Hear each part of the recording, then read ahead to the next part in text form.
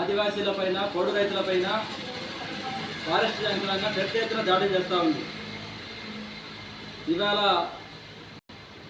ఈ ప్రభుత్వం వచ్చిన తర్వాత మేము హక్కుపత్రాలు ఇస్తామని చెప్పి ప్రభుత్వం చెప్పింది, కానీ ఆచరణ మాత్రం కనపడట్లేదు.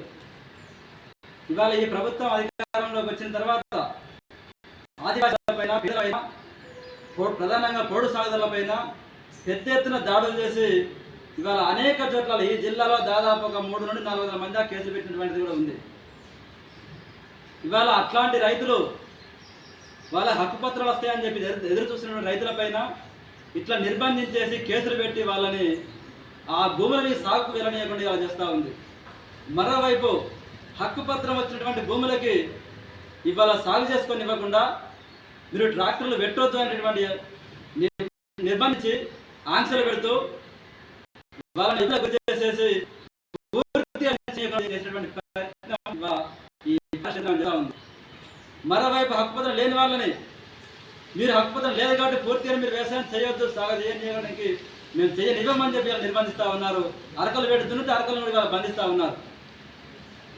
కాబట్టి హక్కుపత్రం ఇవ్వకపోవడానికి ఇవాళ రానటువంటి రైతులకి హక్కుపత్రం ఇస్తాం అన్నారు కాబట్టి వాళ్ళ సాగులో ఉన్నారు. వాళ్ళు నిజంగా సాగులో రైతులు అందరూ కూడా ఇవాళ హక్కుపత్రం ఇవ్వాలని చెప్పి మేము డిమాండ్ చేస్తూ ఉన్నాం.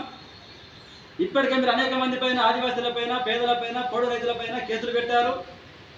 వెంటనే ఆ కేసులను ఎత్తివేయాలని చెప్పి ఇవాళ హక్కుపత్రం వచ్చినటువంటి భూములకి బ్యాంకు రుణాలు ఇవ్వడం, బ్యాంక్ అధికారులు చాలా ఇబ్బంది పెడతారని చెప్పి వాళ్ళు ముఖం చెప్పే ఉన్నారు.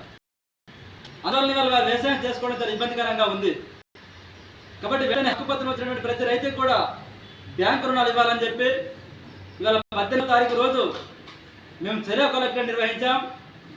3 సంఘాల ఆధ్వర్యంలో తెలంగాణ ఆదివాసీ గిరిజన సంఘం మరియు వ్యవసాయ కార్మిక సంఘం మరియు రైతు సంఘాల ఆధ్వర్యంలో ఇవాళ కలెక్టరేట్ ధర్నా ఉంటుంది. కాబట్టి ఈ భాగంలో కూడా పెద్ద ఎత్తున కదిలి వచ్చి కలెక్టర్ ధర్నాన్ని జయప్రదం చేయాలని చెప్పి ఈ సందర్భంగా మేము తెలియజేస్తాము.